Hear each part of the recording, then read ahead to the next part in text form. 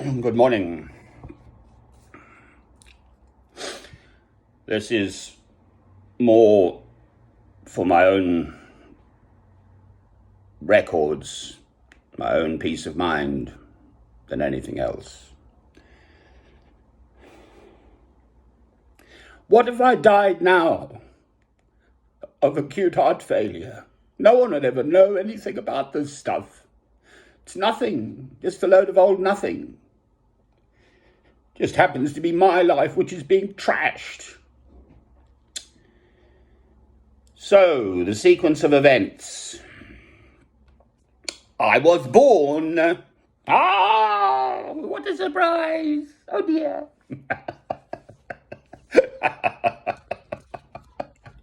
On Table Mountain at about 7:30 in the morning. My mother was a maternity sister. I think she was 43, so getting on. And I was a very much wanted second child to that marriage. I have an older brother who's 3.5 years older, but my own father was concerned about finances and, another child and so on. And he was getting on. He was 59 when I was sired. So he actually died, my own father died of a heart attack at the age of 59 before I was born. So my mother was left with these two wee bairns, 3.5-year-old and me. I've got this lovely picture of her. It's framed, it's on my wall. I think I've spoken of this before. Anyway, so that was a Wednesday, the 12th of September, 1956. Which makes me 64 years old now, so nearly an old age pensioner, for heaven's sake, with a broken heart and a knackered left leg, all occasioned by a woman. I seem to be destined to meet evil women. That is referring to my former wife, who forever remains nameless to me, and who trashed my life for 31 years, still trashing it, actually. In fact, that's better. I'm still grieving for my son, Robert Francis. He's dead. He committed suicide. He did not have the love of his father, that's me, or his father's family. She'd been sexually abused by her father. Ho-hum. Clearly this stuff massively affects people's lives. So to call me a paedophile, as those neighbours were doing, is just so monstrous. If there's one thing I do understand, it's false sexual relations between adults and children, because I've had to live it for 31 years of my life. The consequences thereof. So, the events at number 26 St Michael's Square, Alnwick, Northumbria, NE66 1TR, England, my Christian broadcasting place. Well, I arrived, started my 1-year tenancy, which is not entirely a walkover to achieve. You have to have money in the bank.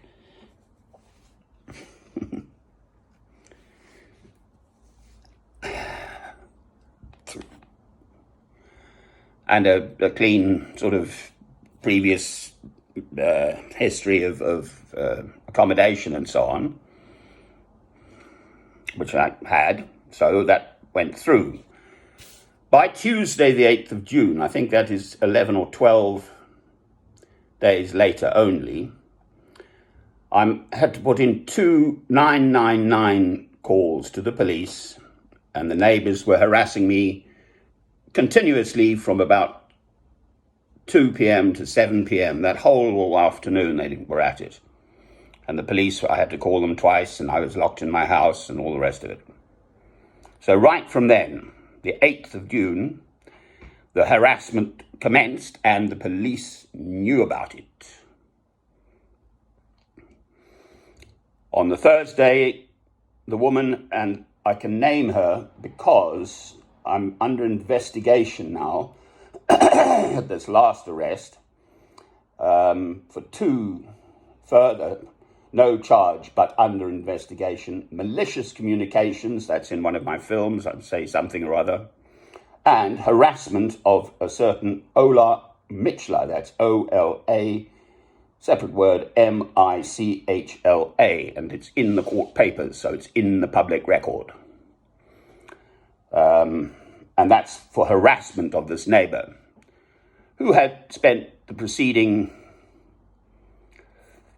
well, from Tuesday the 8th of June till Friday the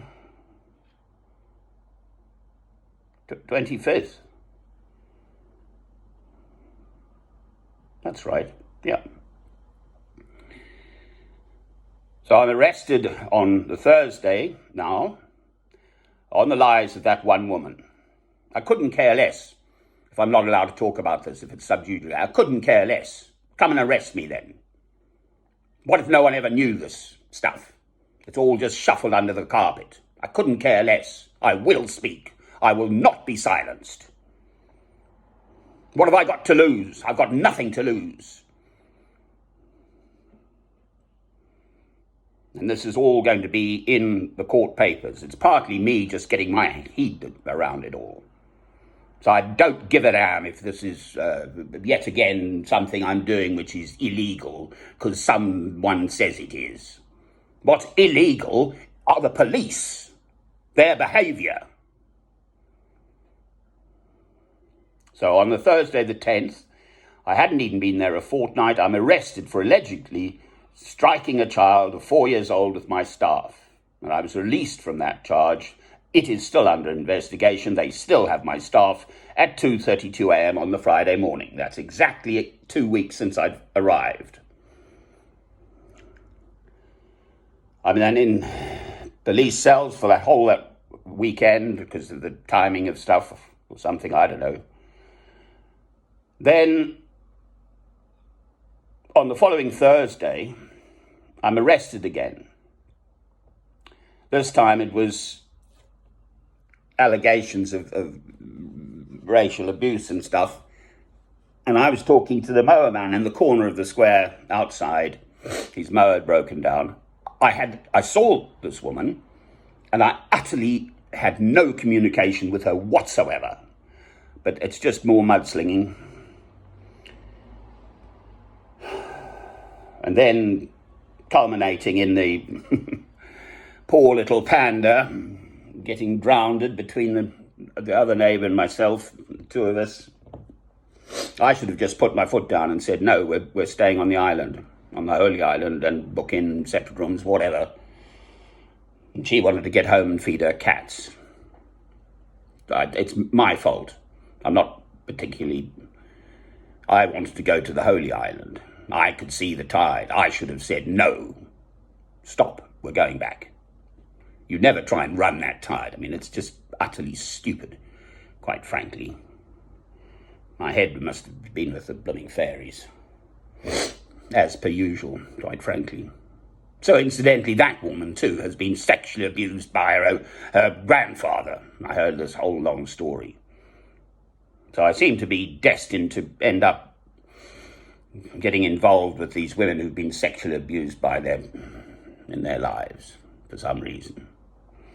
So lo and behold, I come back with full rescue, RNI, at least 12 men around, 3 or 4 are Royal National Lifeboat Institute people, a boat, not a helicopter. We would have been dead if that refuge had not been climbed up it and then we were fine, safe. I was fine anyway. The Scottish woman was absolutely terrified. She was pathetic, quite frankly, in a crisis. Absolutely pathetic. We were perfectly safe. I'd wrapped her up in my tunic. I was just in my shorts and a T-shirt at that point. And it was getting cold. And the sea was rising and the little panda started to float. And then she said, no, I've had enough of this. And then she started to sink. Oh, dear. I had a full ECG in the ambulance, a proper one, all the stuff all over me, the wires. So very professional. Police all over the show too. All very well dealt with by the authorities, which obviously includes the police. We need the police. We need good police, good policing. I'm not against police in general. I'm brought up, with Dixon of Dock Green, for heaven's sake. Evening all.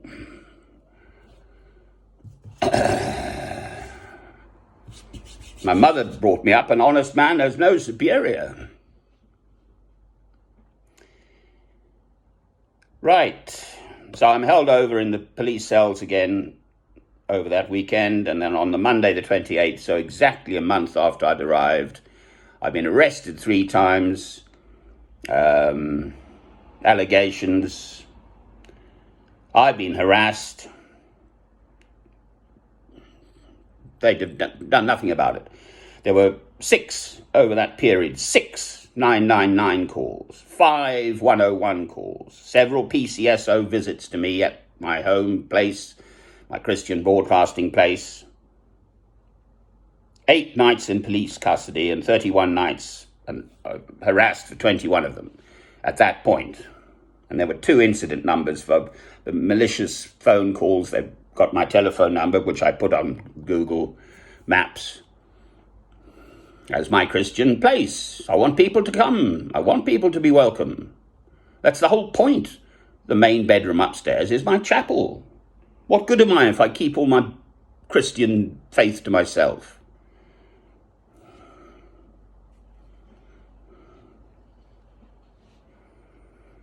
There was another incident too. I can't even remember what it is anymore. Oh, yes, blooming great 999 on the front doorstep. Police called for that. At least they didn't arrest me for a change. That's very, very dangerous in a small community. Portraying someone as 666 is the devil's number. Everyone knows that. Why can't I call them these Polish neighbours, for heaven's sake? They are 2 women who are both Polish. That woman, harassment, Ola Michla, is a Polish woman.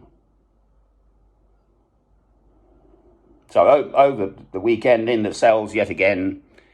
And then finally, basically for my heart, I said, I'm bailed not to go to my home, therefore evicted, made homeless effectively. No one gives a damn. Fortunately, I've had the funds to book into. I went up to Coldstream and I stayed at the Premier Inn in Newcastle and whatever. But absolutely ripping a hole through my finances. And so I've made my decision. I'm going to have to just totally rein in on that. Even with my bad leg, I think I can survive. Well, I have to, basically, in the porch of the Baptist church down in St. Albans. I know the area and I'll have to survive there when the money runs out. There's a Tesco's in town I can hobble to. And a Starbucks and a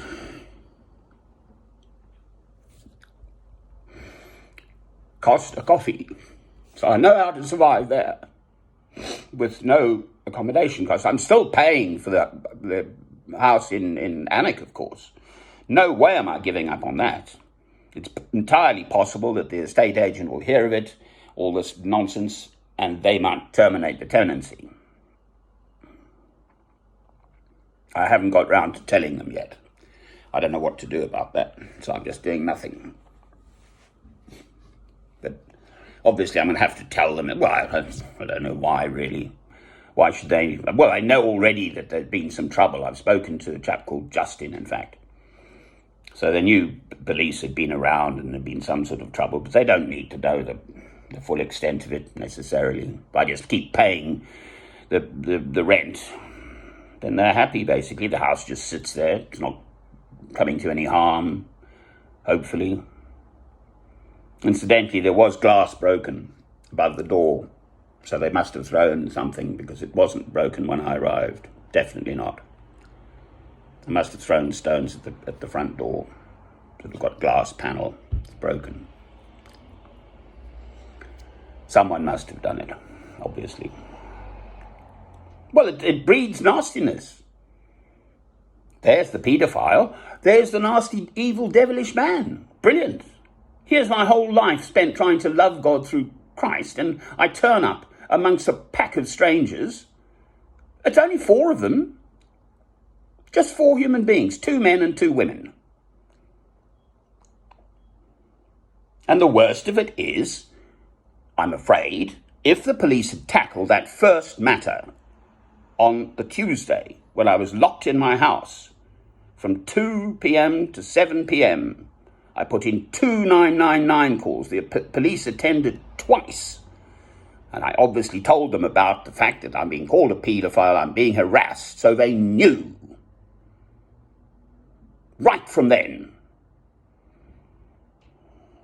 No doubt I'll speak more.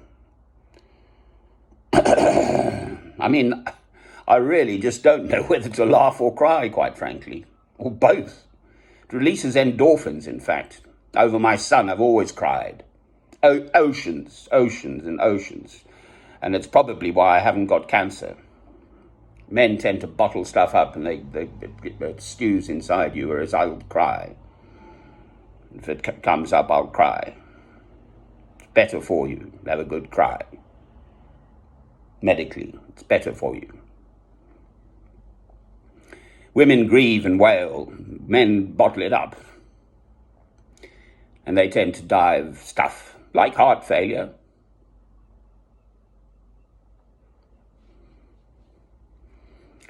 So, lo and behold, I'd collected my kit. Off we go. I had a cab running, virtually engine running there. In and out, just, having to shake and rattle and feel frightened in my own home. Would anyone see me? Collected a few things around me, a sort of essential survival kit. Stupid, silly things like a nail clippers. But, if you're out in the cold, you can't just get somewhere and buy them. Even if I've got money, I can't get anywhere with my leg to Boots or somewhere. I like clean nails. That's why I mentioned that. I've had to buy a new nail file. It's pink. Yuck. My one at home is black. They didn't have a black one. I don't like dirty hands. My medical background, I've always washed my hands properly. I know how to wash my hands properly. I've been in theatre, hospital theatre, scrubbing up and all that. I've done that in my past. You have these long taps and you use your elbows so the water runs down from your hands off your elbows, not from your dirty arm down into your hand again. So you hold your hands up and they have these taps with a big long handle and you open and shut them with your elbows. I worked in several hospitals, actually. Royal Free, Edgware General, a London clinic. I saw a chap called Yakub do a big full heart transplant. Central Middlesex Hospital, I've seen a brain thing done, literally, zzz, boop, skull off, wash, wash, wash. You don't want to leave any bits behind. Skull back on. I've seen it. Backs, hammer and chisel job to the spine. Got to have a good anaesthetist. You don't want to over-anaesthetize people. The recovery is, it's anaesthetics or drugs, basically. Well, they are drugs, but they're poison, essentially, if you overdo it, So you just want to have them, there's something, the cutting, you can be conscious as well, actually. People have had this experience. Entirely conscious in here, but your musculature has been anaesthetized, so you can't speak or you can't use your muscles or wave at someone. Excuse me, I'm still awake. Woo-hoo. Do you mind? Please give me some more anesthetic. That is documented. It happens. Well, you've certainly got to have a sense of humour in the medical world. Boy, oh boy, stuff that goes on. Right, so there we are. That's me for the moment, I think, quite frankly. Oh, no, here we go. Right. So, got to the cab, got all my kit in the boot, boof, off we go to the railway station, because Alnwick doesn't have a railway station. It's at Alnwick, which is about 4.5 miles away and costs a tenner, which I think is exorbitant, but you're a captive audience. In fact, this lady charged me 12. Oops, I say, I've forgotten my pills. The big main reason I went, and how I managed to do that, I've no idea. So I insisted on us going back, and by then the police had been called and I was arrested. And then I found out about these further malicious communications and harassment Ola Mitchler. Ha! So I wouldn't have found out about them, and then I spent the whole weekend in the cells again. So that adds to the number of nights I've been in police custody and seen on... No, I didn't. It was Thursday. So I was seen at the magistrates here at Newcastle. In fact, I'm in Sunderland as it happens now. And for all I know, I'm racking up more charges just by talking. This friend of mine says I'm not allowed to do funny accents. Why not? What's wrong with a funny accent? In the right context?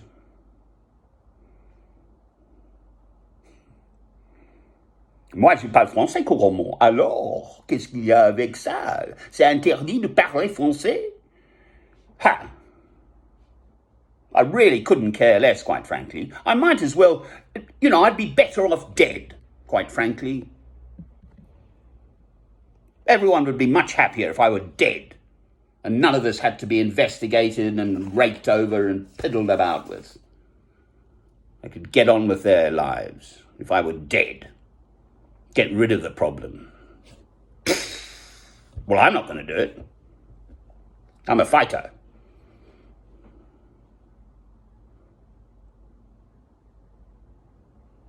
Curiously, it is exactly what I'm observing in myself. What doesn't kill you makes you stronger. I've got a nice little pad here. I've got a fridge.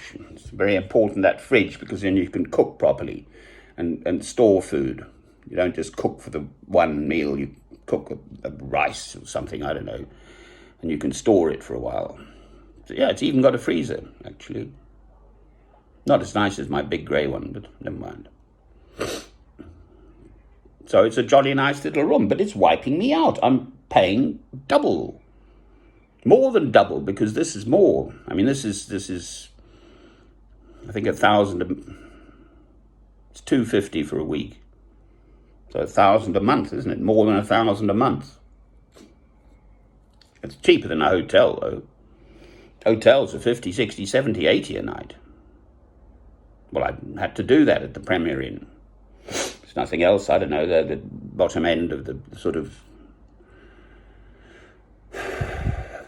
lower end of the, well, it was a very nice room anyway, whatever.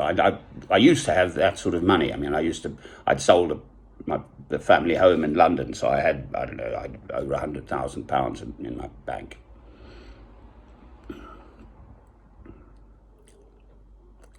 So I used to just stay. I mean, 1 year, 2008, I hacked all around everywhere, and I spent £24,000 that year on accommodation and travel. £24,000 in 1 year, just crashing around the world, trying to make sense of my life. My son dead.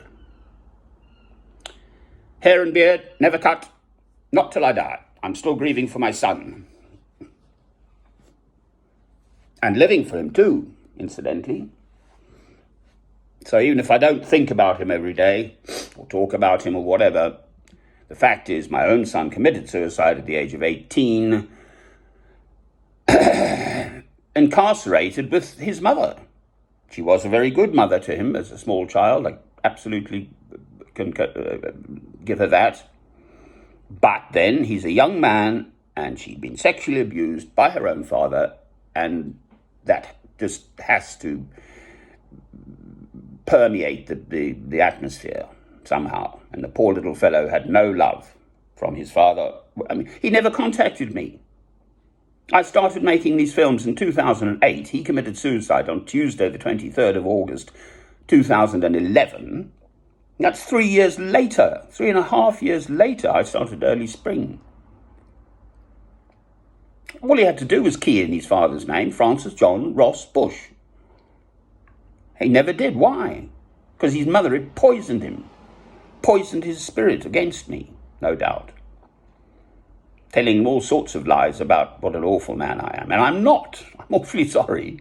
I know what I am. I am a very beautiful, powerful Christian spirit. That's what I am. Trying to be a better one. That's what I am. With all of my might.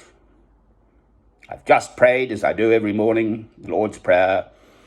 Our Father which art in heaven, hallowed be thy name. Thy kingdom come, thy will be done in earth as it is in heaven. Give us this day our daily bread, and forgive us our trespasses, as we forgive them that trespass against us. And lead us not into temptation, but deliver us from evil. For thine be the glory, the power, the glory, and the kingdom. I muffed the end, because I'm thinking, forgive us our trespasses, as we forgive them that trespass against us. I forgive these people, absolutely. There's something sad and wrong in their lives. They probably need psychiatric help. I think I know I have. I've got a film out saying that. Why otherwise would they do this? So between the drugs dealing neighbors, which may or may not be these people, they offered me weed. Actually, they did. The pink-shorted fellow did. Though I wanted a joint, he said. Ha.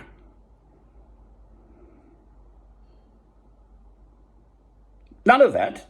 So there's them, there's the I'm not going to keep saying their nationality, there's the Scottish woman, and the utter inaction, not in action, but inaction, lack of action, by the police. And that matter I absolutely intend to pursue. I've started that business of the full police complaints procedure. If they had tackled the matter from that first Tuesday, the 8th of June, I think it's 11 or 12 days after I arrived, of me being called a paedophile, being harassed by these people. And they should have nipped it in the bud there and then, and none of the ensuing stuff would have occurred. Whereas now, in court, if you listen to only the statements of the Polish neighbour, for want of she has to be described as something. There's the Scottish neighbour and the Polish neighbour. Two Polish neighbours, in fact. And her statements are read out in court, which they will have to be. Well, then I'm this horrendous monster rushing around, waving my staff at people, attacking children, and the rest. Oh, please. It's a pack of lies, but because of the way these things work, it will be given due time in court. That is what is going to happen. That's why I want Crown Court. Because ordinary, sensible people can tell the difference between right and wrong. The police clearly can't. There are three things I think I'm still under: malicious communications, harassment of this Ola Mitchler, and the thwacking of a child with a staff. Does it seem likely that I'd ever do that? And if I had done that, well, yes, of course. Fine. Charge me with thwacking a child with a stick, for heaven's sake. If I'd really thwacked that child. But they didn't. They let me off at 2:32 a.m. Still under investigation. Well, I'm sorry. They're the experts. They must know about how these neighbourhood things go. They should have jolly well got in there and stopped it right from the start.